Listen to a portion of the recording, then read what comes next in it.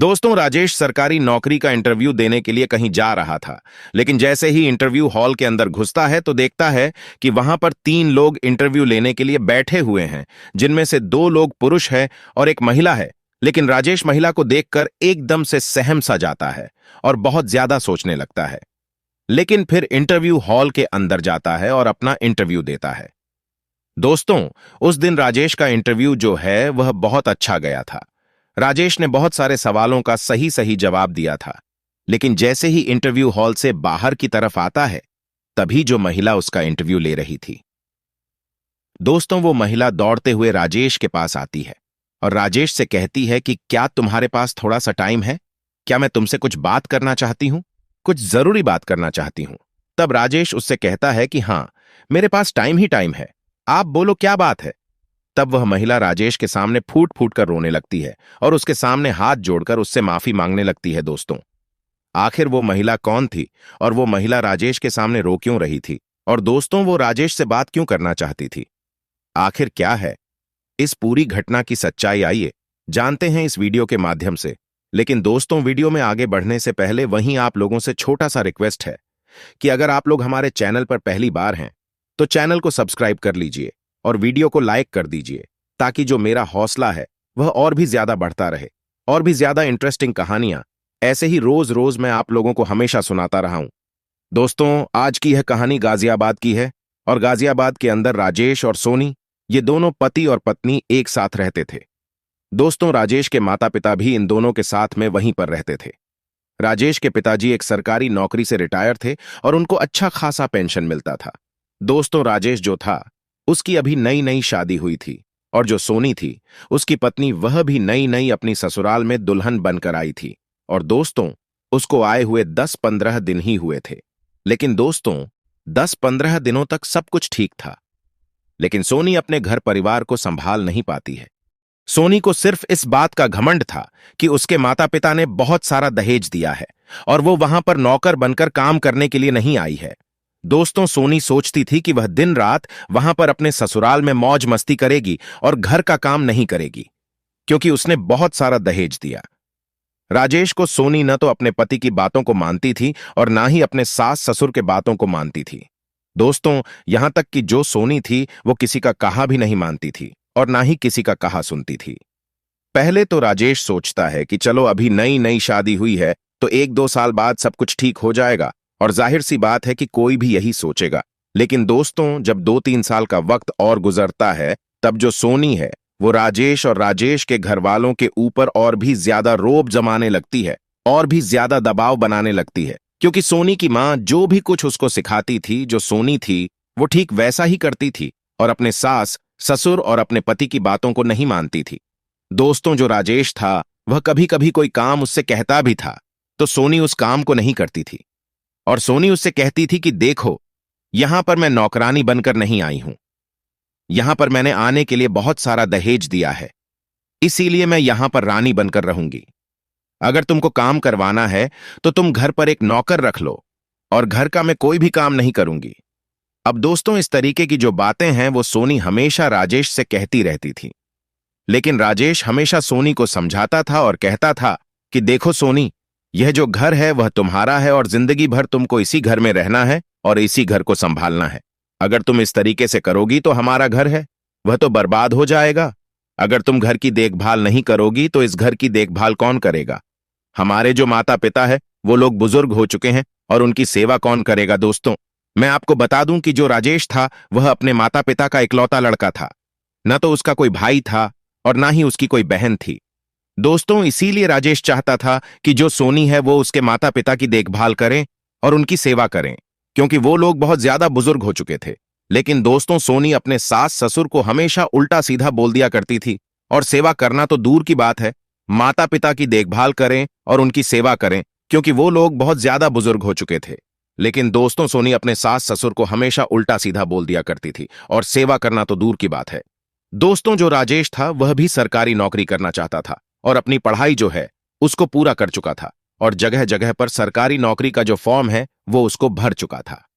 लेकिन अभी तक उसका रिजल्ट नहीं निकला था, जिस वजह से वह घर पर ही रहता था और अपने मां बाप का सेवा करता था, अपनी पत्नी की देखभाल करता था घर का काम करता था और इधर उधर फॉर्म भरता था और सोचता था कि कभी ना कभी उसको कहीं ना कहीं सरकारी नौकरी मिल ही जाएगी। और जाहिर सी बात है, हर लड़की यही सोचते हैं। दोस्तों, राजेश के जो पापा थे वह पहले सरकारी नौकरी कर चुके थे, तो उनको अच्छी खासी पेंशन भी मिलती थी और जो पैसा उनको मिलता था उस पैसे से घर का पूरा खर्च निकल जाया करता था और परिवार के जो लोग थे वो सभी लोग हंसी खुशी रह लेते थे। किसी को दिक्कत परेशानी का सामना नहीं उठाना पड़ता था, सब कुछ आराम से हो जाया करता था। लेकिन दोस्तों, जो सोनी ढीला, उसका जो स्वभाव था वह दिन प्रतिदिन बिगड़ता ही जा रहा था और सोनी की वजह से हमेशा घर में लड़ाई झगड़े होने लगे थे। तभी दोस्तों, एक दिन जो राजेश है वह सोनी के पास जाता है और सोनी से कहता है कि सोनी देखो, अगर तुमको घर बसाना है तो मुझे साफ साफ बता दो, नहीं तो अगर तुम ऐसा करोगे तो फिर हमारा जो घर है वह सारा का सारा घर बर्बाद हो जाएगा और मैं नहीं चाहता हूं कि मेरा जो घर है वह बर्बाद हो जाए। आज तुमको मुझे सब कुछ बताना ही पड़ेगा कि आज के बाद से तुम मेरे साथ अच्छे से रहोगी या फिर नहीं ही रहोगी। तभी दोस्तों, जो सोनी है वह अपने रूम में जाती है और अपनी मां को फोन करती है और अपनी मां से बोलती है कि मां देखो, राजेश उसको ऐसा ऐसा बातें बोल रहा है। तब दोस्तों, जो सोनी की मां थी वह सोनी से कहती है कि बेटा, तुम एक काम करो, तुम उसको छोड़ दो और तुम घर छोड़कर घर वापस अपने यहां पर चले आओ, जो भी होगा हम लोग देख लेंगे। अब दोस्तों, इस तरीके से जो सोनी है वो राजेश का घर छोड़ देती है और अपनी मां के पास चली जाती है। अब दोस्तों, दोनों लोग अपने अपने घर पर अलग अलग रहने लगते हैं। सोनी जो थी वह बहुत अमीर घर की रहने वाली थी और उसका जो घर था ना, वो बहुत ही बड़ा सा घर था। वह घर नहीं था बल्कि वो एक महल था और दोस्तों, उनके पास जमीन जायदाद भी बहुत ज्यादा था। और सोनी के पिताजी जो थे वो अभी सरकारी नौकरी कर रहे थे। दोस्तों, धीरे धीरे वक्त गुजर रहा था और जो राजेश है वह सोनी को लेने के लिए कई बार उसके घर पर भी जाता है, उसको फोन भी करता है, फोन से बात करने की कोशिश भी करता है। लेकिन दोस्तों, सोनी राजेश से मिलती भी नहीं है और न ही उससे कभी फोन पर बातचीत करती है, उसके फोन का कभी जवाब देती है। अब दोस्तों, सोनी अपनी मां के कहने पर राजेश के ऊपर तलाक का केस डाल देती है और दोस्तों, कुछ दिनों बाद उस केस का फैसला भी सुनाया जाता है और दोनों के बीच में तलाक हो जाता है। दोस्तों, राजेश और जो सोनी है ये दोनों लोग पूरे तरीके से अलग अलग हो जाते हैं। इधर जो राजेश है वह अपने घर पर अकेले रहने लगता है तो अपनी पढ़ाई शुरू कर देता है और जगह जगह पर सरकारी नौकरी का फॉर्म फिर से भरने लगता है। इधर दोस्तों, जो सोनी थी वह अपनी मां के घर पर रहने लगती है, मौज मस्ती करने लगती है, वो भी अपनी पढ़ाई शुरू कर देती है। मौज मस्ती करने के साथ साथ वह दोस्तों के साथ पार्टी भी करने लगती है। इस तरीके से सोने की जिंदगी जो है अब गुजरने लगी है और दोस्तों, धीरे धीरे करके पूरे 5 साल का वक्त गुजर जाता है। लेकिन दोस्तों, इन 5 सालों के अंदर जो राजेश है वह बहुत ही ज्यादा कड़ी मेहनत किया था और कई जगहों पर सरकारी नौकरी का फॉर्म भी भर दिया था, लेकिन अभी तक कुछ का रिजल्ट आया था और कुछ का रिजल्ट नहीं आया था। दोस्तों, राजेश जो था वो रिजल्ट के आने का इंतजार कर रहा था। उसको भरोसा था कि इस बार जो रिजल्ट आएगा उसमें उसका निकल जाएगा। तभी एक दिन उसके घर पर एक लिफाफे में चिट्ठी आती है। दरअसल वो उसका ज्वाइनिंग लेटर था और उसको इंटरव्यू देने के लिए जाना था। दोस्तों, राजेश एक अच्छा सूट पहनकर अगले दिन इंटरव्यू देने के लिए निकल जाता है। लेकिन जब उसका नंबर आता है तब राजेश को इंटरव्यू हॉल के अंदर बुलाया जाता है। जब राजेश उस हॉल के अंदर जाता है, जाकर दरवाजा खोलता है तो अंदर देखता है कि इंटरव्यू लेने के लिए 3 लोग वहां पर बैठे हुए हैं, जिनमें से एक महिला है और दोस्तों, 2 लोग पुरुष है। दोस्तों, राजेश उस महिला को देखकर बहुत ज्यादा सहम सा जाता है, थोड़ा सा परेशान हो जाता है। लेकिन फिर राजेश सोचता है कि मैंने इस नौकरी को पाने के लिए इतना ज्यादा मेहनत किया है तो इस नौकरी के इंटरव्यू में देकर ही यहां से जाऊंगा। ऐसे तो नहीं जाऊंगा, क्योंकि राजेश दोस्तों किसी भी कीमत पर उस नौकरी को पाना चाहता था और जाहिर सी बात है कि उसकी जिंदगी इधर उधर बिखर गई थी तो वह नौकरी करना चाहता था और पैसा कमाना चाहता था। दोस्तों, जो महिला इंटरव्यू लेने के लिए वहां पर बैठी थी वह महिला कोई और नहीं थी। दोस्तों, मैं आपको दो कि वह महिला सोनी ही थी और सोनी ही वो थी जिससे 5 साल पहले राजेश का तलाक हो गया था। अब दोस्तों, जैसे ही राजेश सोनी को एक बार उसको देखता है तो थोड़ी देर तक एकदम से वहां पर चुपचाप खड़ा हो जाता है, लेकिन फिर कुछ सोचकर इंटरव्यू देने के लिए आगे बढ़ जाता है और जाकर वहां पर बैठ जाता है। दोस्तों, वहां पर उसका जो इन इंटरव्यू है बहुत ही अच्छा सा जाता है। राजेश सभी सवालों का सही सही जवाब देता है और पूरे आधे घंटे तक उसका इंटरव्यू वहां पर लिया जाता है। लेकिन जब इंटरव्यू खत्म हो जाता है तब दोस्तों, राजेश इंटरव्यू हॉल से बाहर की तरफ जाने लगता है।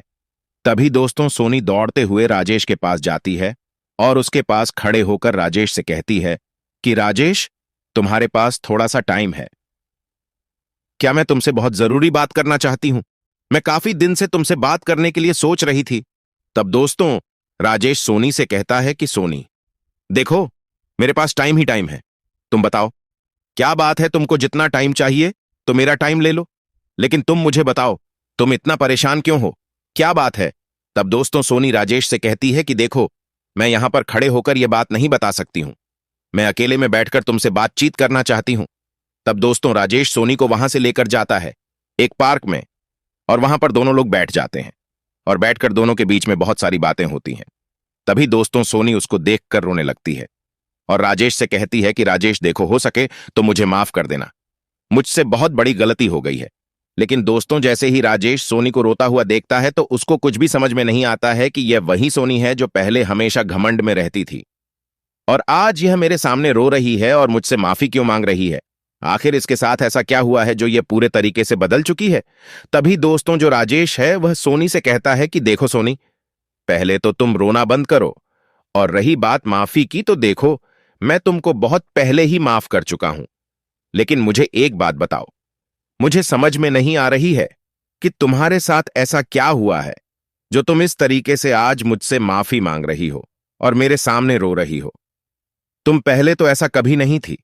तुम हमेशा अपने रुतबे में रहती थी, हमेशा अपने घमंड में चूर रहती थी और कहती थी कि तुम हमेशा रानियों की तरह रहोगी, रानियों की जिंदगी होगी, घर का काम नहीं करोगी, मां बाप का मेरे सेवा नहीं करोगी, मेरे मां बाप का इज्जत नहीं करती थी। लेकिन आज तुम मुझसे माफी की मांग रही हो।